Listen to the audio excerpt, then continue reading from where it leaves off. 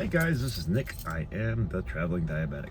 So as everybody knows, right now we are in Santa Fe, New Mexico, and I was just going to go over some of the complications we have, found so far, and maybe it'll help somebody else, if they're living in a van or a vehicle or they're homeless themselves.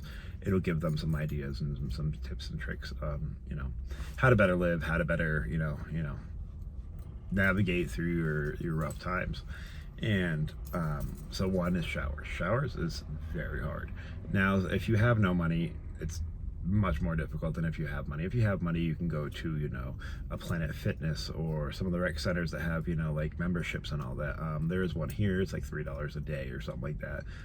Or you can get Planet Fitness, I think, for a black membership for $24.99. When you don't have it, it becomes very hard. And that's one of the biggest things we've had a hard time with is finding showers when we're not, when we're staying in the van and all that. Now, our lifestyle isn't going to be living in the van always. We're going to be working on, we're working on getting an apartment and all that. That's just going to take about another month or so. But that's one thing. Next thing is parking. Parking can be a pain in the butt. Now, I know some people, you can park at Walmart, and around here they have no parking signs. Now, so far we have been gambling with this.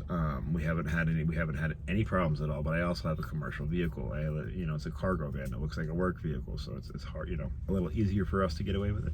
I would be careful where you guys park. Also know your area, whether it's crime ridden or whatnot. You can check on crime maps. That is a helpful trick, to make sure you're not in a horrible area. Now also, worry about, what kind of medications you have. Like me, I'm a type 1 diabetic. My sugars, actually, as right now, they're actually crashing right now. I can kind of feel it a little bit. I just checked, it was 76. And they're steadily going down, but worrying about your sugars, worrying about, your medicines you have to take. Make sure you plan that out. It can be, overwhelming trying to find doctors when you're in a new area, wait lists, insurance, all that stuff. Make sure you plan on these things because they can be life-threatening. As being a diabetic, right now I have my insulin, but, sometimes I don't have food to eat to fix that, or what, like I'm low right now. I don't really have the funds to fix all this stuff. And really think about how you're going to plan on doing that, because that's been a huge struggle for us, wondering how we're going to eat every day, how we're going to be doing everything. And the biggest problems is like I said, staying warm, where your climate's going to be. Are you going to have enough blankets for that day? Really think about these things, because it's been a big struggle for us. If it hasn't been for our YouTube family donating to these links right here, we wouldn't eat, we wouldn't have anything, we wouldn't have a phone right now. There's things that are going to be happening in life that make it harder for us to get by until we do get our apartment. Work's been significantly harder. A lot of people want to know where your address is, what you're doing, and all that stuff.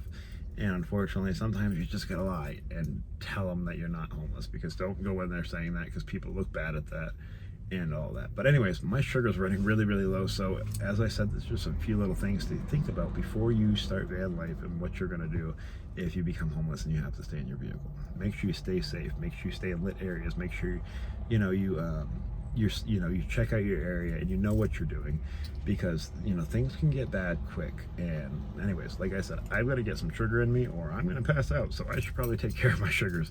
But I just wanted to make a quick video and make sure you guys plan things, because we didn't exactly, and it's been rough. But anyways, you guys can like, subscribe, share, and donate to these links above right here, and that will help us with our journey.